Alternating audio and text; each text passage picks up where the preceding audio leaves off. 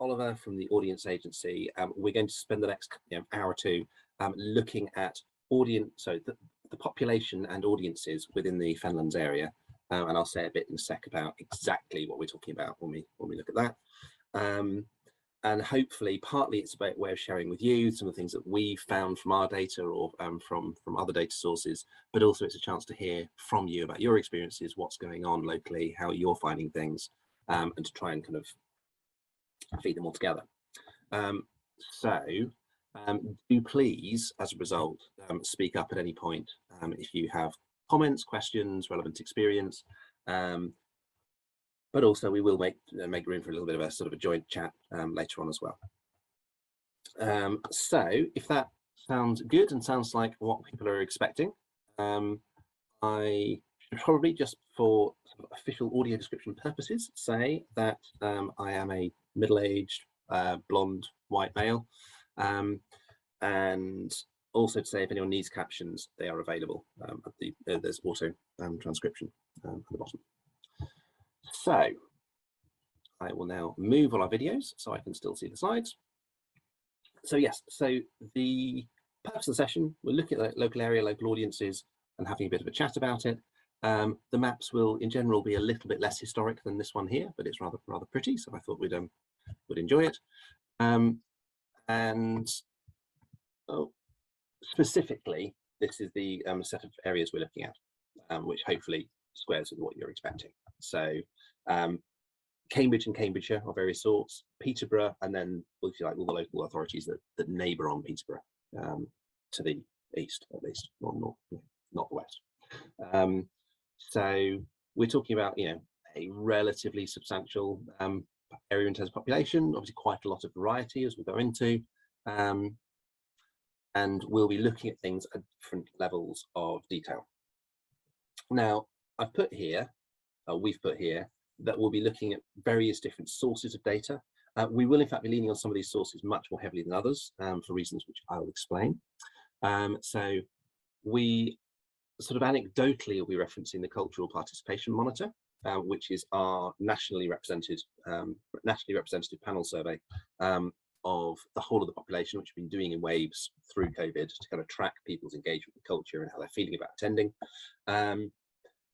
We would have said a lot more specific to this area about that, but we ran the data and essentially all the results came out pretty much in line with the national average, which is probably a reflection of, when we get to the population demographics, there's quite a lot of people who are kind of in the middle engaged groups, and so on average the results were coming out kind of just sufficiently aligned with national average that it felt like a waste of your time for me to go through a whole series of different measures and just tell you they were all the same. We can of course talk about some of that more widely in terms of what that is saying, but I thought for this purpose, let's talk about stuff that is distinctive as opposed to just generic. However, we have a range of data from Audience Finder, the audience data collection service that we run, which includes both ticketing and survey data, and we'll say a little bit more about those as we go through. Obviously they have slightly different coverage. There's enough data for us to be using in this area, obviously, otherwise we wouldn't be, but it's fair to say that some of the ticketing data is probably a little bit sort of clustered in very particular areas in terms of where the data is coming from, and the survey data, it gives obviously a different set of venues tend to use surveys, so it tends to be more of the museums, heritage, visual arts, not exclusively. There are also performing arts in there as well. But throughout, I'll be talking about the population of certain areas, not just about organisations in certain areas. And that distinction is going to be really key, because someone living in Peterborough could have attended any of the hundreds of Audience Finder organisations right across the country. And we would include that data within the conversations about what audiences from Peterborough are doing. So it's not just about local venues. So we're trying to have a kind of audience-centred perspective on it. We've also then fed in census data from things like Target Group Index, which is the TGI reference there, and various other sources of data which kind of give us a little bit more of a wide profile about who people are, as well as area profile reports, which give lots of demographic data. So that's where we're getting things from. And yeah, let's dive in and see what it says. Let's say, do please ask questions on the way through as you want to. I should also say, I'm going to say a little bit more about audience spectrum. I don't know if people have the show of hands button handy, but could people do a quick kind of indication of whether audience spectrum is something they're familiar with? Or even just maybe just a note in the chat, say yes or no.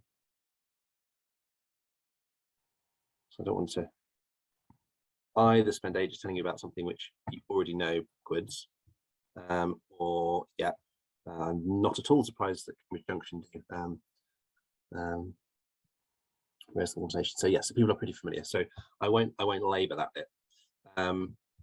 But there are a couple of changes that have happened to audience spectrum, so I will just reference those quickly on the way through. So audience spectrum itself, as you will know, is a profiling or segmentation model based on cultural engagement. So we have broadly these orange higher engaged groups, these sort of yellowy, whatever colour that is, middle engaged groups, and then the blue lower engaged groups. A couple of the changes are that two of them have changed their names slightly recently. So Facebook families, as was, now Frontline Families. Heydays, as was, is now Supported Communities.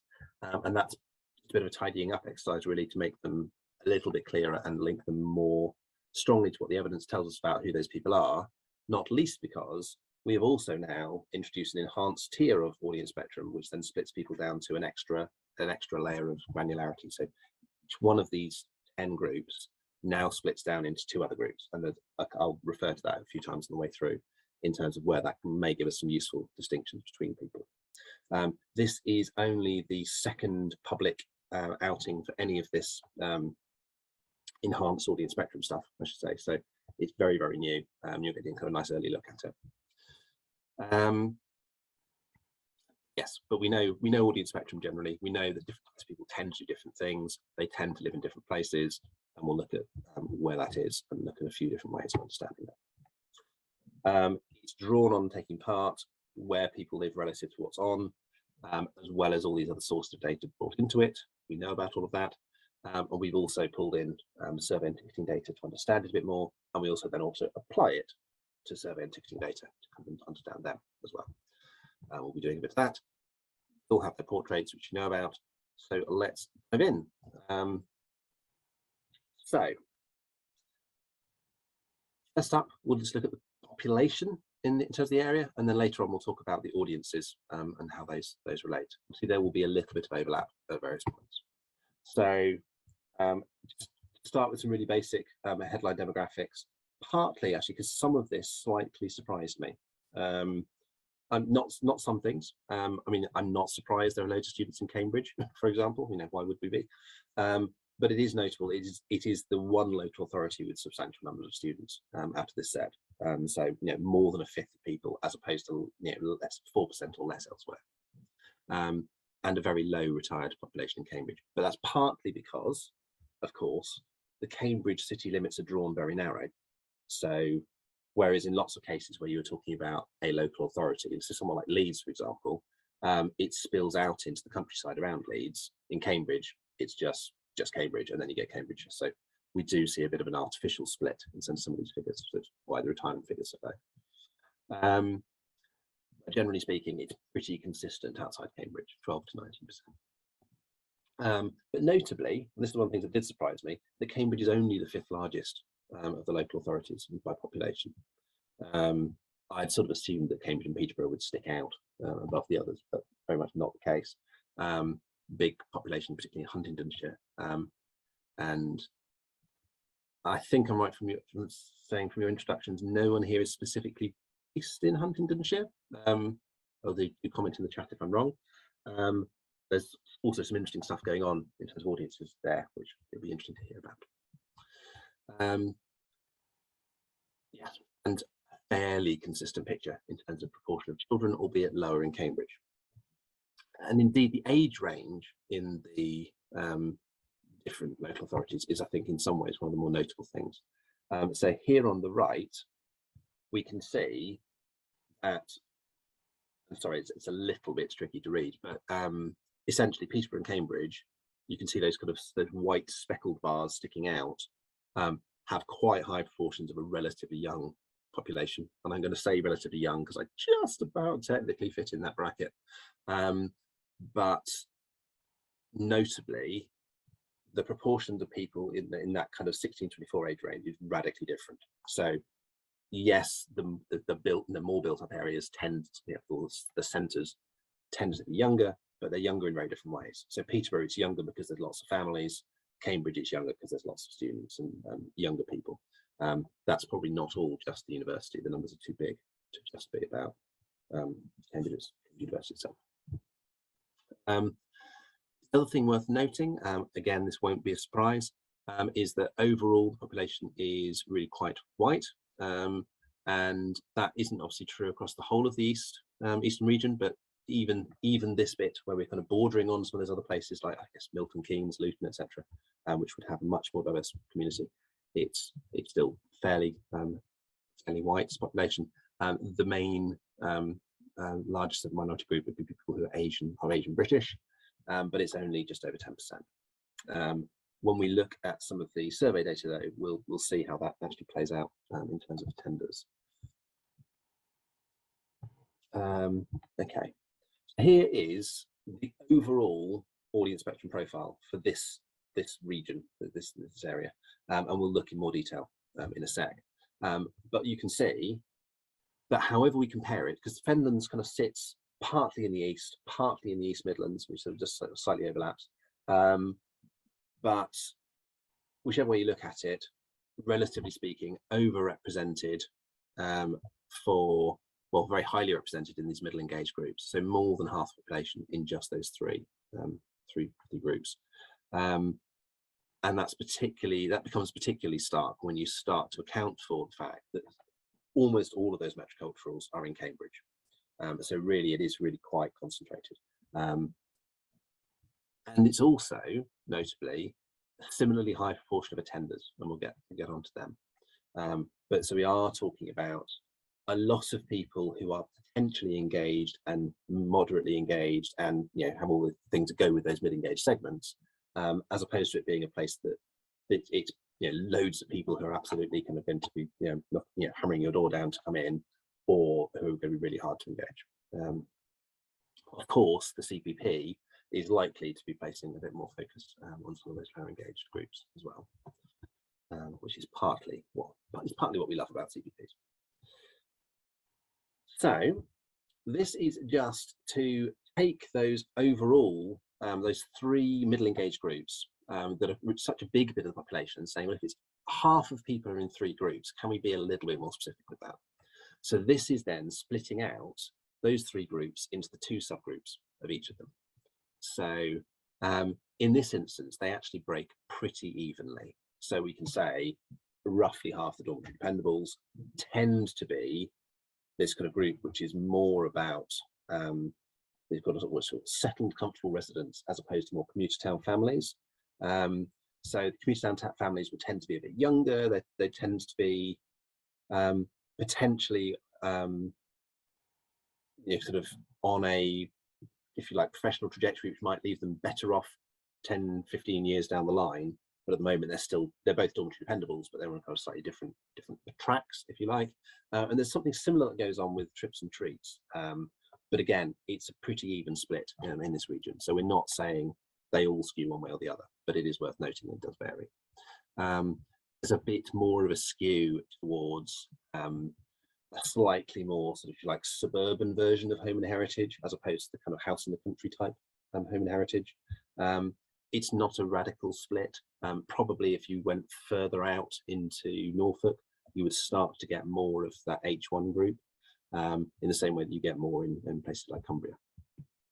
But broadly speaking, it's fairly even as a split across them. There's more information about all of these subtypes on our website, including a bit more sort of detail about some of their behaviours and communication channels and digital and all sorts of things, if that helps for targeting. Okay. So this is essentially the same information again, but split out by the local authority area. And there are a few things that really stand out when we do that. One is that, as I said, the metroculturals, they are all in Cambridge. I mean, to the nearest rounding error, just extraordinary concentration. There's 4% overall, it's 30% in Cambridge. Experience seekers even higher, it's like 36% in Cambridge. So really heavy concentration of those. Those are both, they tend to have degree level qualifications, being sort of professional careers, albeit at maybe earlier stages or later stages. Perhaps no surprise that they're concentrated there. However, we also see the other of the highest engaged groups, commuter land culture buffs, tend to be a bit older, tend to be sort of more rural, or kind of on the edges of large areas. Quite a variety of tastes, but it includes more traditional things, and they are very heavily concentrated in South Cambridgeshire. Not exclusively, I mean, there's still decent proportions elsewhere, but East Cambridge, so Huntingdon would be the next highest. But of those 3 highly engaged segments, the major concentrations of them are in just those 2 places. So in a way, of course, will be no surprise, and we'll see recurring within this overall Fenlands area, that southern pocket around Cambridge is very different, behaves very different. What we do see though is that the other groups are present in higher or lower concentrations in various different places. It's more a degree of balance as opposed to sort of complete skew. But you'll notice, for example, that Peterborough has relatively higher levels of trips and treats compared to the other 2 middle engaged groups. It also has loads of frontline families. So again, that might be kind of, for those groups having quite high concentrations of families in them, but where if you like, the kind of high art cultural aspect of engagement isn't necessarily the thing that's going to be the key driver. It's more about family activities, affordable things to do with kids. So that's might be sort of a key thing to think about in terms of Peterborough audiences. But again, lots of those in East Cambridgeshire as well. This group, Past Street, really big in Fenland. And I should also say, just because it's slightly confusing, we're talking about the whole area as Fenlands with an S. And of course, there is a local authority Fenland, but hopefully that won't tie us in too many knots on the way through. We see there's quite a different profile of across the different local authority areas, but really it's very pushed towards these middle engaged groups. You see these 2 kaleidoscope creativity supported communities, which tends to be the groups that are least engaged, hence being out on that end, are pretty low in most places. Maybe not so much in Peterborough for the former. Does that make sense as a summary so far? I say that I can't actually see anyone if you are nodding, but yeah. If you have questions, pop them in the chat and Isaac will raise them. So, that is, okay. So this is just, again, to take that second tier, which we've already seen that was fairly even across the board, and say, well, to what extent does it vary in different places? You'll have these slides available afterwards, so I won't go into all the detail. And indeed, for some of the slides where we don't have the numbers on them, we will have sort of tables that will be hidden in the version that will then send out to you so you can access them. But just a couple of things to pull out on these. So, for example, the dormitory dependables in South Holland, there's a higher proportion of the dormitory dependables tend to be the kind of more commuter town families type. Cambridge itself, there's a little bit more of a skew towards that kind of the D1, the kind of settled resident type. We can also see then, if we look at trips and treats, that Fenland is relatively higher on the young families type. Peterborough is relatively higher on the sort of settled suburban families type. And then finally, home and heritage. We can see that East Cambridgeshire is relatively higher for the sort of more suburban type, and Fenlands is more on the kind of rural Idle type. So Interesting, maybe for Fenland, that there's a bit of a skew, you know, in the opposite directions, those two different segments.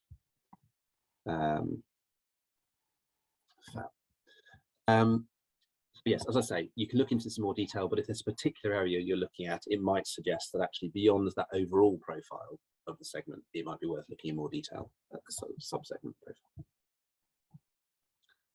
profile. Okay, so now a series of maps just to kind of explain this overall picture we've been talking about, and where people are, and what we're using here is what we're calling the dominant segment. So within a particular ward, and that's the lowest geography we're using for this, which of the segments is present in highest numbers. Now, that doesn't necessarily mean that it's a majority of the people in the ward. It doesn't necessarily mean it's the group that most characterizes it, but it is at least the group that is most present in that particular place, if that makes sense. You could have a situation where there are more people in a group that in an area where that doesn't show up than an area where it does show up because the population levels are different or whatever. But as an overall picture, I think it gives us a bit of a lie of the land.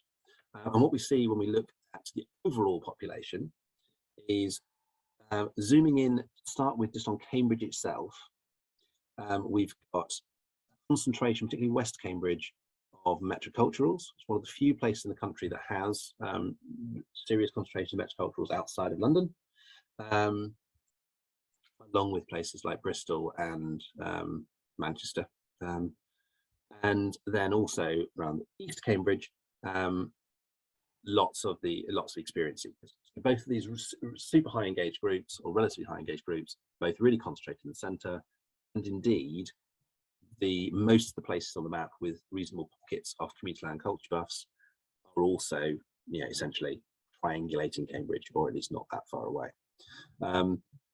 So that you know, yes, theory should make life easier for those of you based in Cambridge, but we can then see, if we zoom in on Peterborough particularly, that we have many more of the trips and treats, even right in the centre, but also kaleidoscopic creativity and even some of the frontline families. And again, there's more of those as you get further east and indeed further north up towards Boston.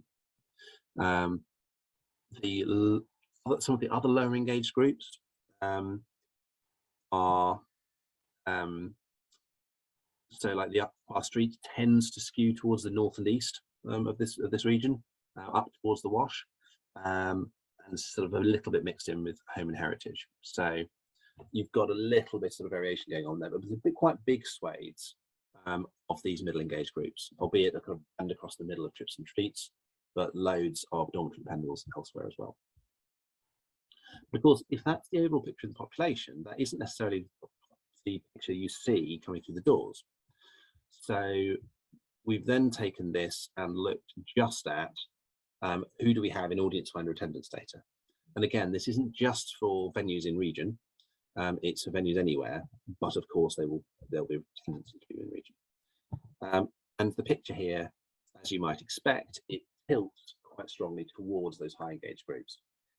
So for central Cambridge, but now also central Ely, interestingly, and even Peterborough, you are seeing experience seekers sticking out as a kind of key audience concentration, even where they're not necessarily a population concentration. So that may be something interesting to think about in terms of Ely. We're seeing loads of the community land culture buffs, particularly sort of Cambridge and South. Really, everything gets sort of flooded with dormitory dependables who are pretty widespread anyway. So even in areas where they weren't the single largest, they were kind of there in reasonable numbers, and they come through as the largest audience group. You know, they tend to be relatively well off, able to spend on things if they want to, able to travel, inclined to travel.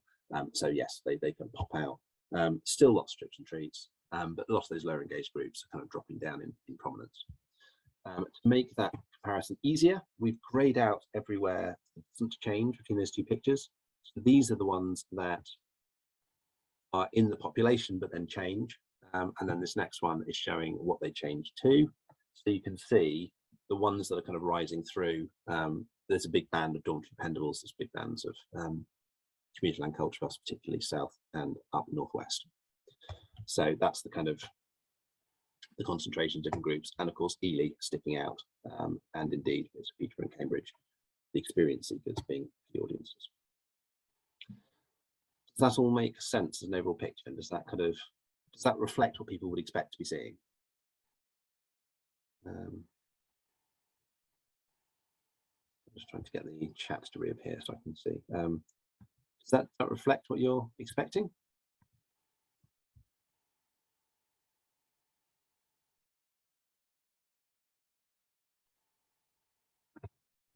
Anyone? Yeah.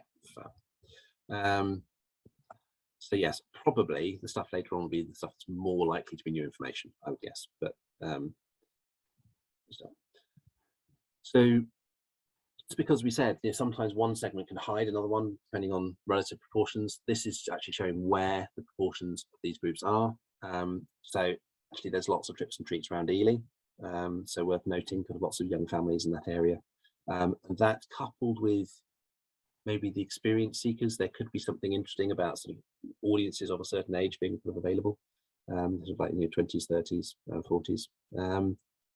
But also the pocket between those three, you know, towns and cities, Peterborough, Huntingdon and Ely, and quite a few there. If we look further on, this is what I was saying about dormitory dependables. They're really right across the piece, except for the centres. So worth noting, they're kind of like a really key chunk of that, you know, half of the population who are in the mid-engaged groups. And then the other one, home and heritage, it will tend to be more out to the rural areas, but there's a lot of them, relatively speaking, in the area. Okay. Now, we've already noted that family audiences are quite important for some of these groups in terms of driving behaviour for some of the groups that are most engaged or most present in the area.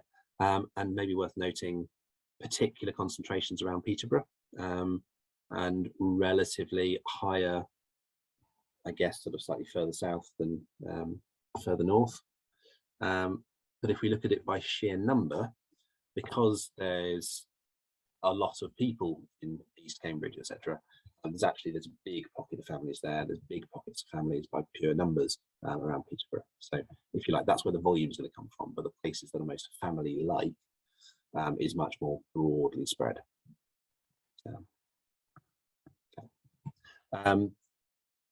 These next two are just very finally, just to say, by way of context, really, when we talk about the survey data, which we'll go into in a bit, this is where those surveys are coming from. So there is a tendency to get more surveys from Cambridge and Cambridgeshire. That's probably linked to higher engagement, but also that's sort of where we have the data from. We've got some really good engagement from Cambridge museums, I think, for example, which has probably helped boost that sample. But as a proportion of the population, you know, there's relatively less as we get up towards the northeast. Okay, so does anyone have any reflections on what we've said so far in terms of maybe particular groups that you do tend to target, or you know, so you said that the overall picture seems to be kind of familiar, but are there some groups that we you tend to see more engagement from, or you really struggle with, or you're trying to reach, and or seem to be going better or worse? Because one of the things that we will come on to a little bit is that we are seeing, so when we've got lots in these middle engaged groups, they're some of the trickiest groups when we think about post-COVID behaviours, because there's a whole mix of factors that are kind of in play when we think about people's response post-COVID. Being highly engaged to start with makes people more likely to come back, obviously, but there's also a very strong component around age. There's very strong components around families. Your families are much more likely to want to come back. And we've got lots of families in some of these middle engaged groups, but they're not necessarily super high engaged. So there's a bit of a tension there. And the home and heritage group are the most likely to be reluctant about reattending. So we are seeing quite a big chunk of those in the population. and indeed we've seen a bit in the audience, and so that might, that might imply some challenges for some of these mid-engaged groups, and we might see a bit of a shifting of the balance in terms of bits of the region, where some areas with particular concentrations might be easier to reach than others. There might be more opportunities for some of those big yellow patches of trips and treats, because there's a family audience who are potentially quite willing to engage, maybe a little bit less for some of those community land culture up areas than you'd be used to. Yes, any thoughts or reflections from anyone? So local audiences. So if you like is the landscape we're working in terms of this region, what does that mean more particularly? So we are largely using audience finder ticketing data and audience finder survey data for this. The ticketing data, here's a broad summary of it. So you can see there's quite a lot of ticketing data here, £10 million of income a year, roughly. We've only looked at pre-COVID period, because obviously that all gets a bit complicated, to speak euphemistically. But on the survey side, and Isaac, you may need to remind me of the exact total numbers, but we are talking about tens of thousands of surveys overall. So it's not kind of we're not talking about sort of small numbers of surveys. So we are getting quite a broad view on people from this area. But if you do have that figure, Isaac, do please drop it in. Yeah, I think it's sort of 89,000 in total, sort of over the years, wow. across the different, I think. Yeah, and then we've obviously split it into specific sort of actual areas that we look at, but it's quite large amounts. So 89,000, yeah, brilliant. Thank you very much. So again, hopefully that kind of flags some of the benefits of this type of aggregate data that over time we've got quite a pool of different responses. Really interesting question from Kay, which says, where the dominant population segment is different to a visiting segment, is this a failure to engage the local population, or are there other factors to consider too? I would say so to be really clear what we're showing on those maps first. So we were looking at people within that particular ward, which ones were most likely to engage. So they could be engaging anywhere. They could be, it could be they engage a lot, and that's why they keep coming up. So it doesn't necessarily suggest that certain groups are not engaging so much as other ones being relatively more prominent. So I think when we start looking at the audience data a bit more, that difference sticks out a bit. So that might be a better place to pick up this conversation. But it's more, at least on that mapping picture, to think, when you think about your audience from area X, this is actually who that audience is most likely to look like. Not even though the people there may be different, or in terms of overall prominence. Does that make sense as a kind of initial response before we then delve into who is and isn't engaging?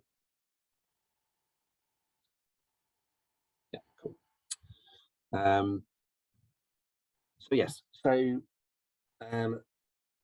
this is so here's the audience finder ticketing data. It's showing an overall increase in sales, in bookings, in number of bookers, in number of tickets, in income across this period, which is all very positive. It is something we're seeing fairly widely across the country. There has been a lot of growth in most areas, or substantial growth in most areas. It's good news, as a backdrop. It's not necessarily unique here, but that's just I think a reflection that progressively over this period, cultural organisations have, broadly speaking, been increasing volume of sales, often by necessity. To unpack that a bit more, though, we've taken all of those figures for 2016-17, and if we say that whatever the numbers were for each of those figures, if we set those at 100 that year, we can then see, relatively speaking, how much each of those things have grown over the succeeding years. So essentially we're using that as an index figure, and we can see obviously all the indexes are above 100 because they've all grown, but some of them have grown more than others. So the total level of income has grown most, as you would expect. And in fact, in some ways, it hasn't grown as much as one might have expected. And I say that because this is obviously in, if you like, kind of nominal pounds. So by the time you factor in inflation, you would expect it to have gone up. And it has gone up, but it's only gone up, marginally more than the number of tickets have gone up, and marginally more than the number of bookings have gone up. So effectively, in real terms, it could be that people are on average buying cheaper tickets. It's just that, kind of in face value terms, they've gone up slightly. So that might be something to look out for, which may be deliberate, but it certainly sort of appears to be a bit of a trend. And broadly speaking, people are making more bookings per person, only slightly, but a little bit. So you can see that solid grey line is higher than the dashed red line, because people are making, on average, more bookings per booker. And the number of performances has grown, which obviously it wouldn't necessarily need to have grown for all those other things to grow. It could just be about greater volumes, but it suggests that each performance is on average, if you like, working harder for you. And that isn't something we've seen in some other places. So we've often seen in other bits of the country, the number of performances growing and growing and growing, if you like, people running faster and faster to stand still. So, increasing sales by increasing the number of performances even more than that. And that isn't happening here. And that's probably quite reassuring, I think. And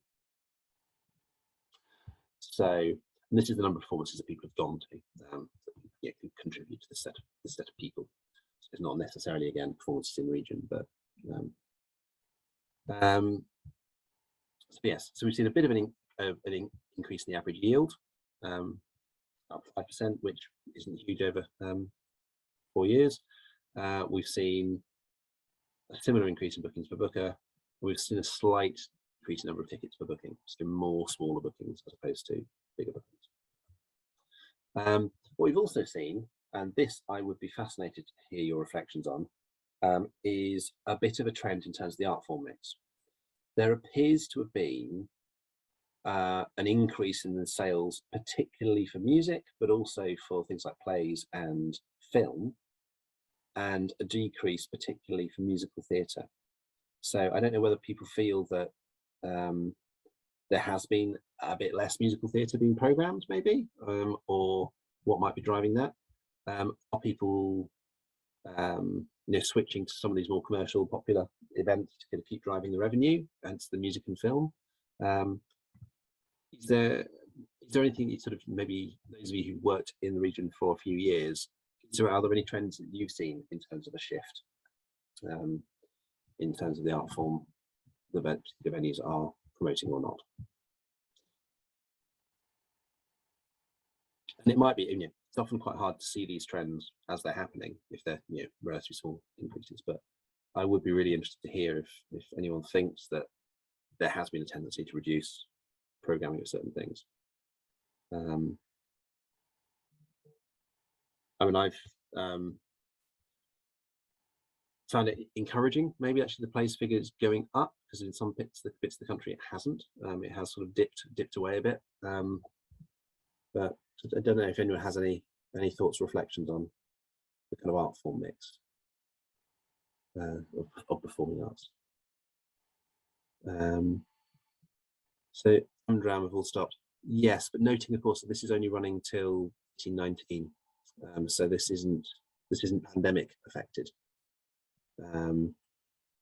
Comedy, continuing to do its thing. That's a very good point.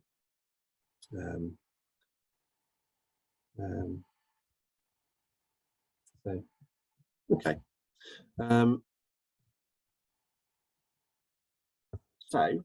And noticing maybe it's a slight slide for dance as well, not huge, but a little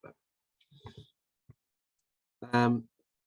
So here, this is where we were talking about the audience spectrum profile in terms of actual bookers and attenders, as opposed to just the relative concentration of the Bay Area. And overall, we see a really very expected picture, which is the groups that tend to engage most are overrepresented the groups that tend to engage sort of middlingly are kind of pretty much in line, but with the higher ones slightly higher. And the groups that tend to be lower engaged tend to be a little bit below average. We get a pretty consistent picture across both the booking and survey data, which is interesting. Probably quite reassuring that it's kind of fairly consistent, though perhaps worth noting that the survey data is pulling slightly higher proportions from the high engaged groups and the home and heritage, who have a tendency towards heritage, of course, and therefore the surveys are more likely to be in museums. Booking data, dormitory dependables, tend to be better able to pay for the kind of paid to get sitting down type art forms. So that's broadly speaking in line with what we'd expect. But again, worth noting, it's about half of the bookers are coming from the middle engaged groups, even if those aren't actually the single highest groups in all cases. So if that's the overall picture, it does of course vary quite a lot geographically. So all of these are on the same scale. We've not put all the numbers on it, which we can share later, but just by way of a broad perspective, we can see a real difference in terms of concentration and relative engagement levels for different places. Cambridge, it's off the scale for metroculturals and experience seekers in terms of population, but the metroculturals are also overrepresented, which is essentially meaning that that big spike we saw on the previous chart is all coming from this group here. Much flatter population profile in Peterborough, worth noting that it really is much more even and much more in line in general. But actually, interestingly, loads of bookings in Peterborough from frontline families. So a really kind of unusually high concentration there, which suggests there might be something going on in terms of possibly impact of CPP work or really strong family program. So I don't know if anyone has any thoughts or comments about what might be driving that. That struck me as a really kind of interesting standout in terms of engagement in the local area. South Cambridgeshire, again, you can see they've got kind of the opposite highly engaged spike, and again, they're overrepresented. This community land culture buffs is the group of among the high engaged groups where we think there's most uncertainty about engagement. There will be chunks of them that are quite averse to attending post-COVID, so actually might represent more of a challenge in South Cambridgeshire. You might see more trips and treats, relatively speaking, more experience seekers, relatively speaking, as that shifts. And then we can see Fenlands and South Holland, really low levels of these high engaged groups, high concentration of mid-engaged groups, similar picture across the piece, but worth noting that particularly in South Holland, overrepresented for home and heritage, and that's on the survey data. So, particularly for those kind of more traditional sort of heritage types of offer, which one might expect, but also then might represent a bit of a threat if those groups are a bit risk averse post-COVID. And then a pretty similar picture between Huntingdonshire and South West of them. Yes, so again, I don't know if anyone has any thoughts or comments on what that's looking like in terms of who's engaging where. Maybe worth noting particularly high concentrations of dormitory dependables engaging in Fenland relative to they're relatively over-indexed to other places. So again, I don't know if that is about these groups being prepared to travel, because obviously they have to travel a little bit further to get to some of the centres that will be collecting the data. But yes, I would be interested in any reflections. Could pantomime be the Peterborough family spike?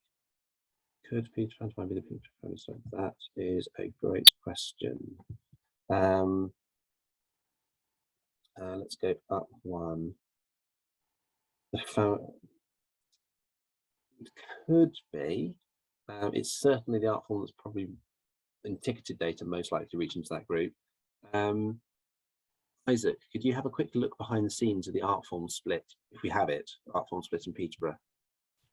Yeah, I'll try and find that out. Appreciate that might not be the easiest thing to find, but yeah, that would be a useful clue as to what's going on. One thing to say actually in terms of pantomime is that we have seen some pre-pandemic quite interesting shifts in panto audiences. with some groups becoming much less likely to engage, particularly groups like Home and Heritage, who were quite a prominent panto audience, but have become much less so. And there does seem to be a bit of almost like a generational shift towards maybe sort of more parents and children than grandparents and children in some cases. So that might be something to watch out for as we come off the back of COVID. But yeah, interesting. So this is now looking at the change between segments between those years. So what's the overall trend? You know, they're all growing because the overall audience is growing, and there are no exceptions to that. At least in the pre-pandemic period, I suspect some of these will also then taper off a bit. But again, what we're seeing is most growth, frontline families, trips and treats, and then dormitory dependents. So all groups with quite a lot of families in them. So again, I don't know if that's if you've seen more family programming in the region, or if you've been actively trying to engage more families, if you're engaging family arts campaign maybe.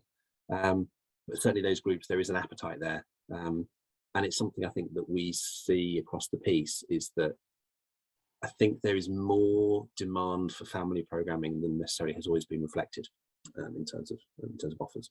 And certainly we're seeing it growing, but I think there's possibly headroom there as well.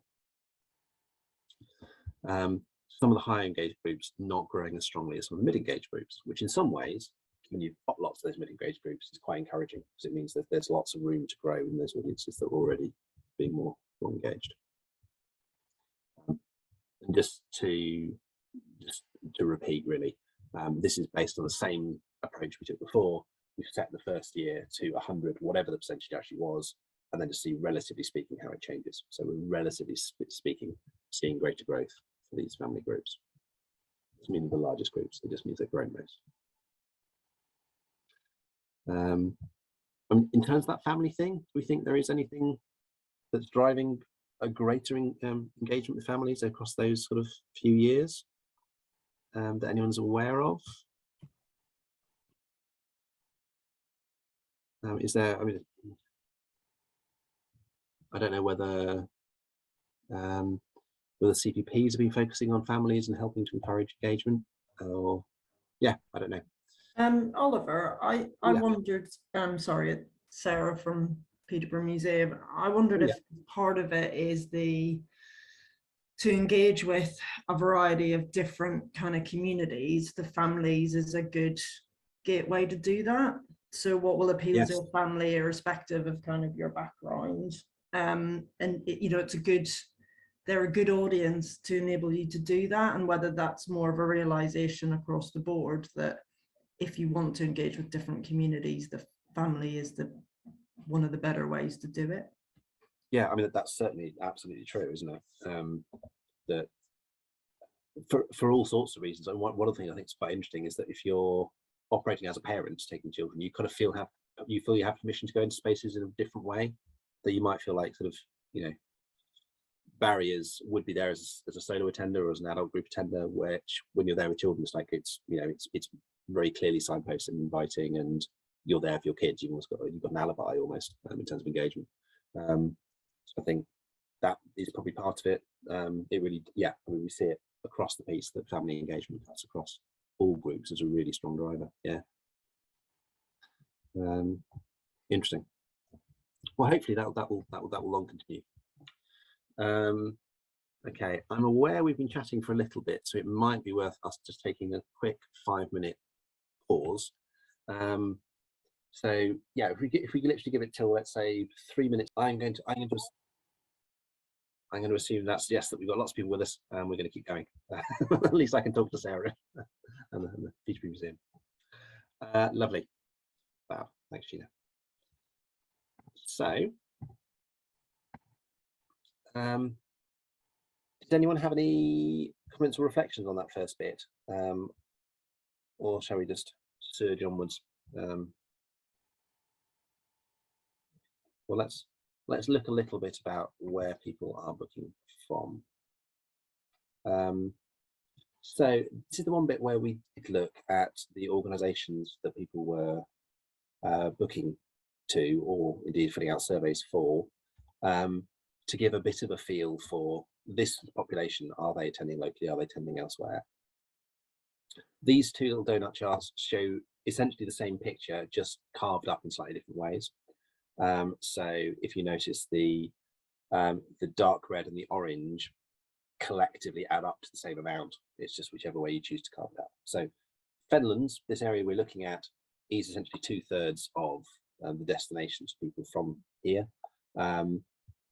Of the rest, there's a chunk going to other bits of the East and East Midlands. There's a good chunk, 13% going to London. There's only a handful going elsewhere in the UK, of which almost all of it's in England. So essentially, it is a very local audience, but with a fair amount of sort of spill outwards, and obviously London is a big, relatively nearby draw. So that's in itself not a huge surprise, but worth noting, and it also contextualizes when we talk about behaviour of people in this group that most of the time we are talking about in-region engagement. And we can see sort of where the highest concentrations of bookers are coming from. So there is this little pocket just north of Spalding, which has come up a couple of times in the data, which I'm kind of intrigued by. I don't know if anyone knows why that might be particularly high in terms of engagement. But generally speaking, it's the big concentrations in Cambridge and out to the east, and then a few other pockets elsewhere, but less so, for example, around Peterborough.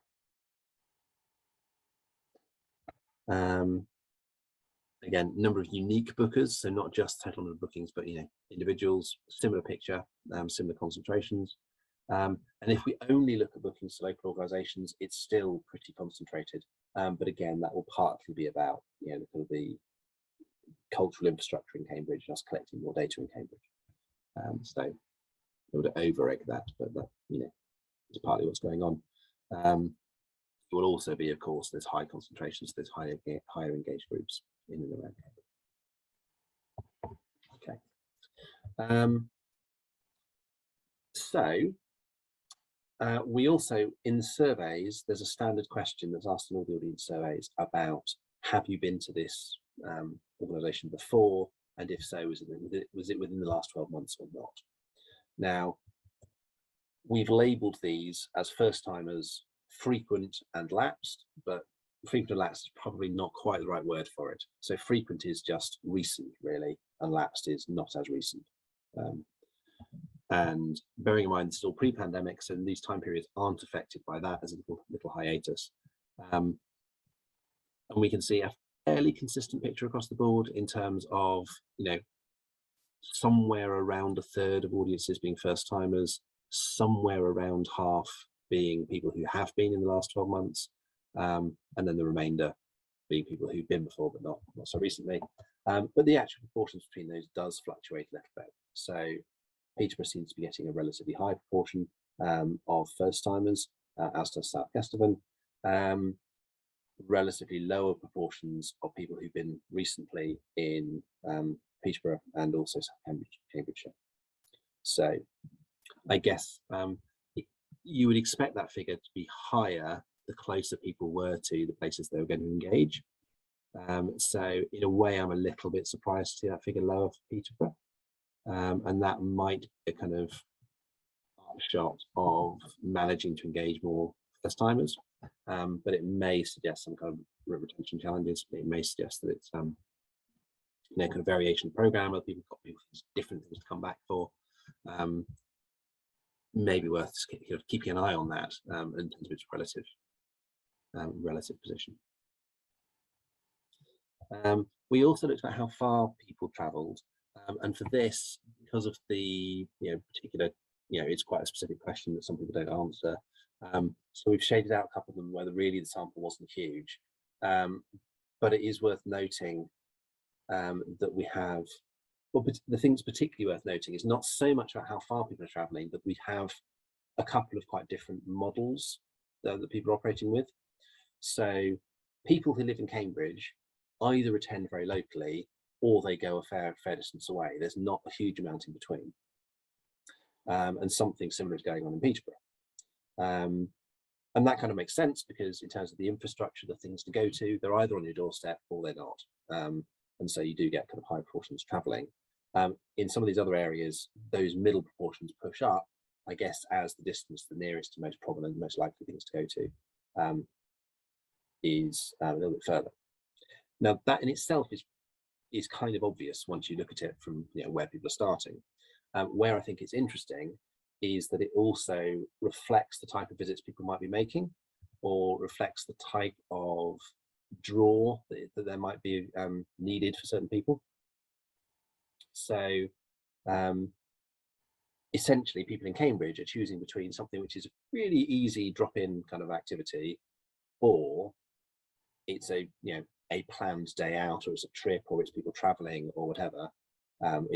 I guess with that big chunk of students we saw, is people who also live somewhere else at the same time. So there's a bit of that going on, whereas there's a range of different choices and distance and offers that the people in the kind of those other areas are making. So I suppose it's just being conscious about those different choice sets that are available to people, really, in terms of different groups, particularly where we see some of these linked to the particular demographic or segment profiles.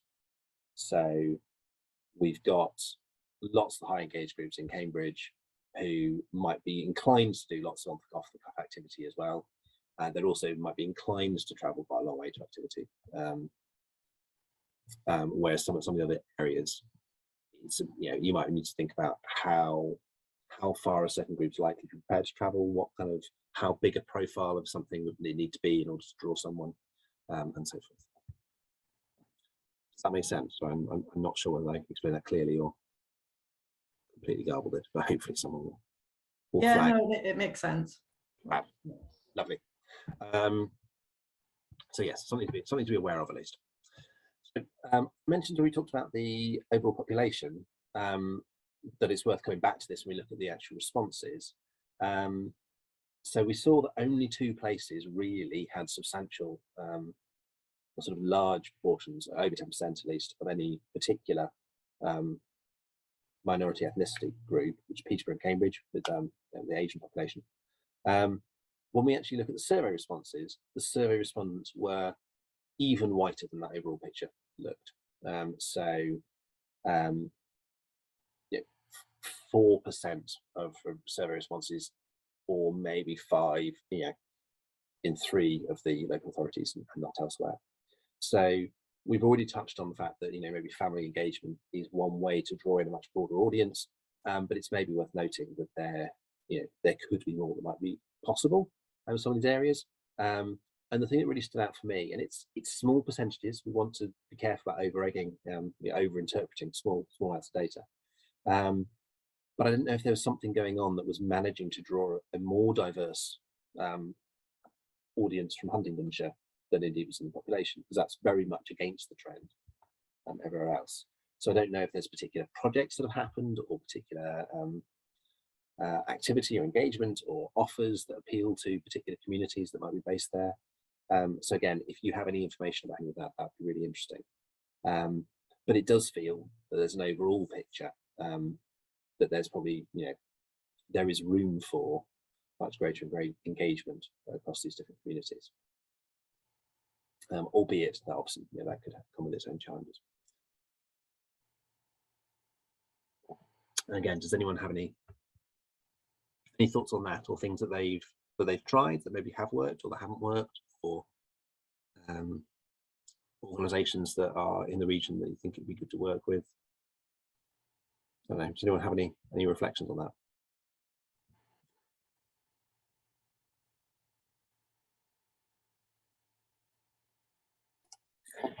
Just while people think, just on the pantomime point, there's it's obviously a bit difficult to look very specifically at the pantomime itself. When we look at the cultural participation monitor, interestingly, the region we're looking at doesn't particularly have a high sort of level of family shows in particular. So it doesn't particularly stand out. The when we look at Fenlands in total for family shows that includes pantomime and things, it did used to be extremely quite high, but it's actually been trending down. It was quite interesting. There was kind of a peak a few years ago, and then it's gone down a bit since then. So that might be why we're not seeing as high levels in cultural participation monitor and things. Okay, that's interesting. So just to reiterate for people, the population monitor is showing people and what they've said they've engaged with. So it's not necessarily about supply, but it's about what people said they've been doing.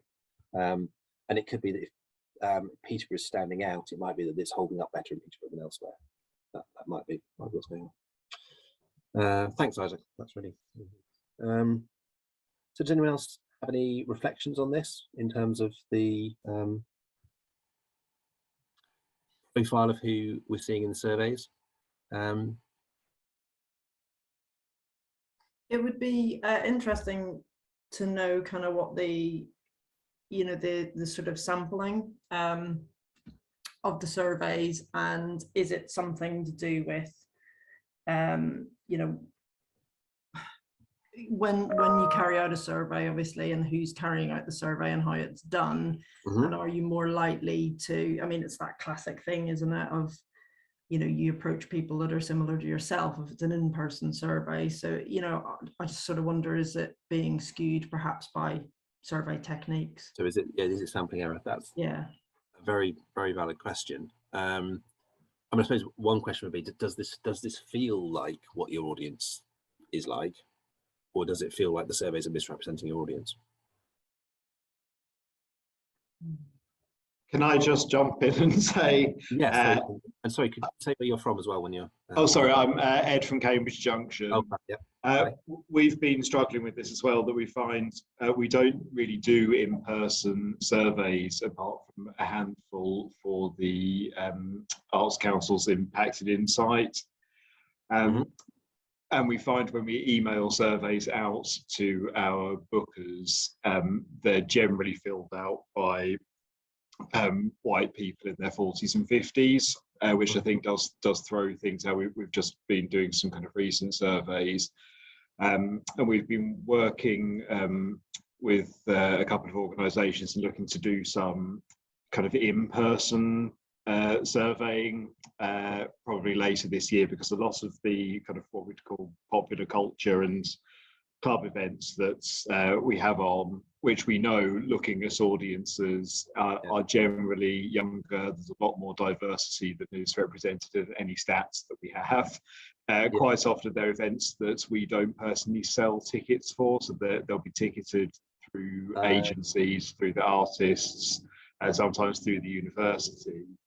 So actually having people on the ground engaging with younger, more diverse audiences to get those surveys filled out, because I don't really feel we can look to expand those audiences without knowing more about them. Yeah, that's really interesting, because that suggests that we've got three different things that could be going on. One is about that kind of where you have fieldwork, people tend to speak to people like themselves. Which is an issue. If you have the data for people, you get differential response rates, which is an issue. It might be that it's possible to use some kind of sample frame to at least kind of maybe control for the proportion of bookers of certain frequencies. So if you know that 20% of your audience tend to book, I don't know, 6 times a year, then making sure that you only get that proportion of the overall survey responses count in that category might be a thing to do for that. But yeah, not having control of the data at all, that is really tricky if that's going out through third parties, unless they're prepared to share survey links, which clearly they may well not be. Yeah, that's interesting. So I think it sounds like, and do anyone else speak up if you are, agree or disagree with this, but it sounds like you think the surveys are reflecting the audience as opposed to the audience isn't reflecting the population, relatively speaking. Does that sound? Yeah, that's right. Yeah.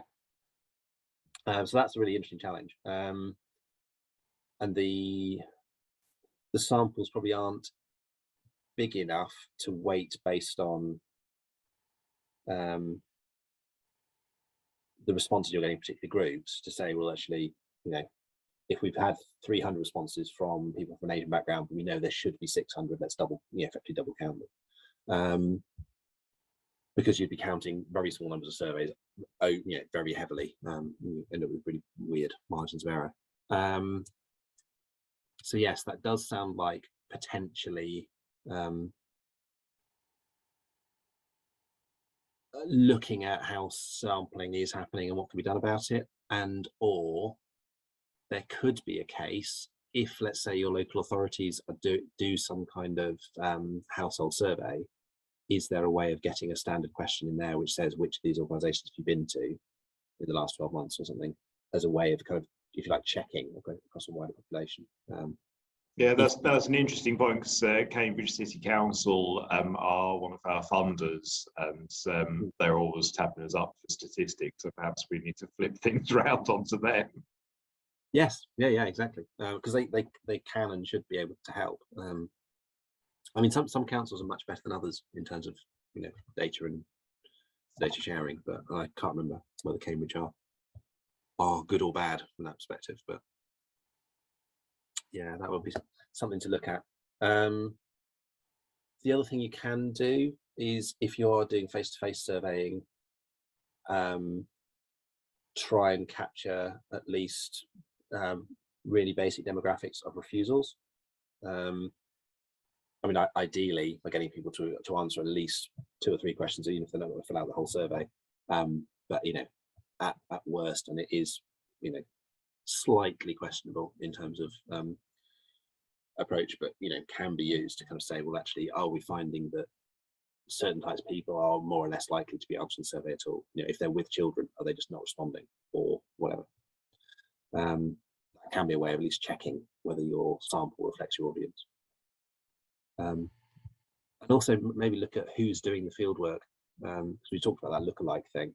I remember years back doing some surveys for a museum in Bradford, and we went through a standard fieldwork agency, and they came back and said, oh yeah, our field workers feel a little bit intimidated talking to young Asian men in the centre of town. I'm thinking, well, if you're doing a fieldwork in Bradford, you really need to be comfortable talking to young Asian men, because that is a substantial chunk of the Bradford population. Yeah, this is what we've been. Oh, sorry, I'm talking. No, please. Looking at working. I mean, there's a handful of organisations. The one we've been looking at is called Beat Freaks, who are based in Birmingham. Yeah. To use them to come down and do some field work at kind of grime, drum and bass nights, because their field workers belong to the demographic that we're interested in talking to. Yeah, no, that's a really good idea. And yeah, obviously they're a very good organisation as well. So yeah, that kind of approach can help. I mean, it gets a bit tricky, isn't it? Because you, at the point where you're changing how you're collecting data to try and change the profile of who you're getting responses from, you then need to be a bit careful about, well, what does that mean the responses come back? Are you managing to do that? But then what is representativeness? But yeah, at least you can avoid underrepresenting in the way that, if we think that's happening at a systematic level, then yeah, that's a really good idea. Also making sure a wide range of events are included. So yeah, so things like, getting fieldwork from things like grime and drum and bass, it's the sort of event that it's relatively feels more intrusive doing research at, but it's really important to include if it's part of your mix of events. Yeah. Okay, none of this stuff's easy, is it? But it's interesting that you think it's about the surveys, not about the audience overall. Do any organisations, and this probably applies more to performing arts, but do any of you collect some kind of basic demographic information which you then hold on customer accounts, so you can then track that against sales over time? Because that, again, might be another way around some of this. Because in a sense, you're not having to sample the whole audience, you have to ask people once, and then you can then track those you have got responses for.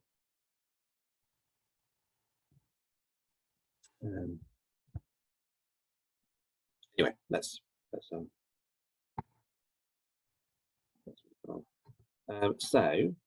the thing we looked at was each profile, and here we see a very strong skew towards older respondents. And again, we need to be careful because older people tend to be more inclined to, or sometimes have more time and space to fill out surveys, depending on the survey method, particularly. You know, face-to-face survey is really tricky for people attending with children, for example. But it did feel like overall the respondents were skewing much older than the population, and that would also fit with what we're seeing in terms of the booking profile with more community land culture dependables.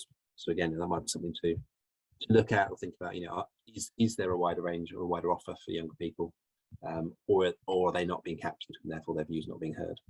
So either way, probably one to ponder on, but I don't know if anyone again has any reflections.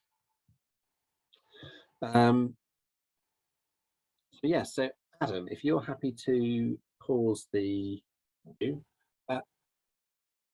just to pull out, we've talked about the fact that, you know, some places, you know, Peterborough and Cambridge are very young, relatively speaking, but in different ways. So young sort of family audience, I suppose, for student audience, and how that might play out. We had that lurking query about, you know, Huntingdonshire seeming to have a much more diverse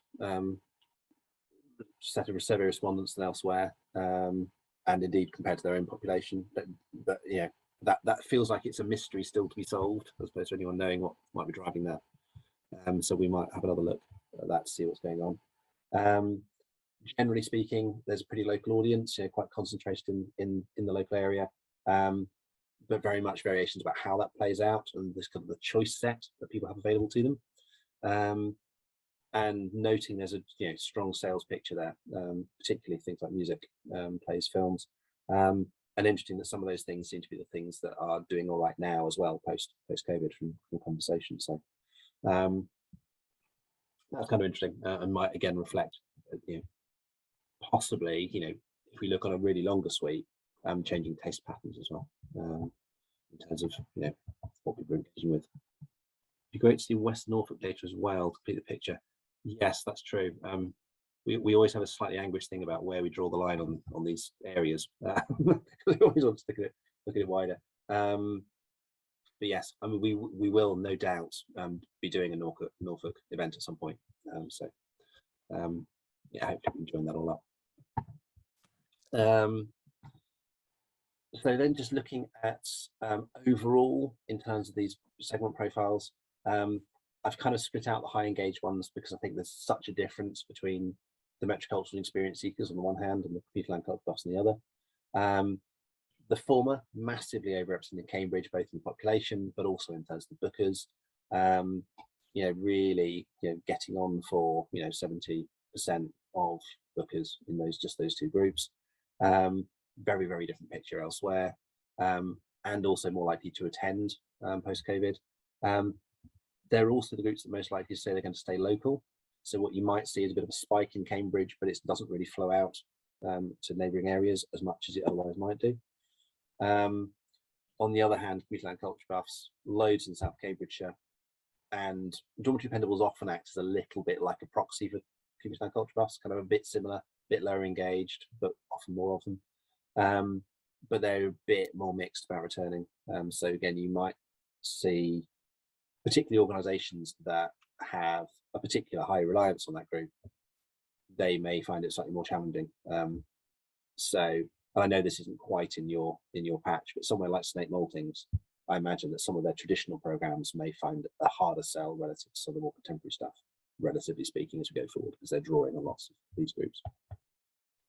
I'm saying that by hunch on their data, so I'm not sharing any secrets. So in terms of mid-engaged groups, in a way, that was the kind of the key headline for this area, is that there's absolutely loads of people in these three mid-engaged groups.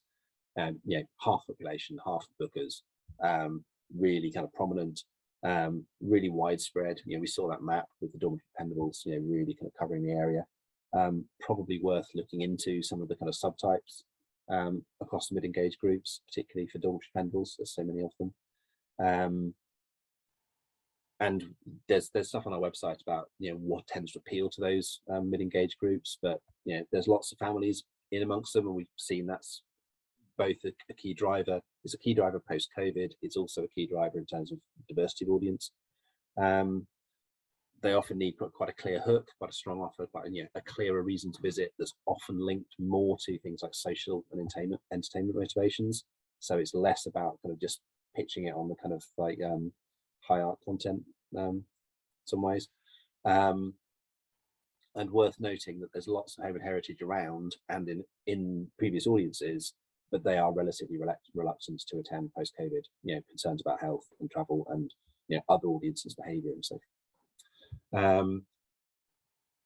And finally, just noting that in terms of lower engaged groups, obviously you've got the CPPs who, it's kind of the best thing since sliced bread in terms of managing to engage a wider range of people, but very different profiles, different patches in terms of which those lower engaged groups are. More of the Upper Street and Fenland. There is also, as we see coming off the back of COVID, we're now sort of heading into the cost of living crisis. And of course, these are the groups that are likely most exposed in terms of that. COVID itself had an unequal financial impact on people. The better off you were, the more likely you were to end up better off as a result of COVID. Reductions in commuting or childcare or whatever costs, reductions in spending that essentially went to savings. So there are substantial numbers of better off people who ended up financially more comfortable as a result of COVID. That's very much not the case, generally speaking, at the opposite end of the income spectrum. And then the cost of living crisis is going to compound that.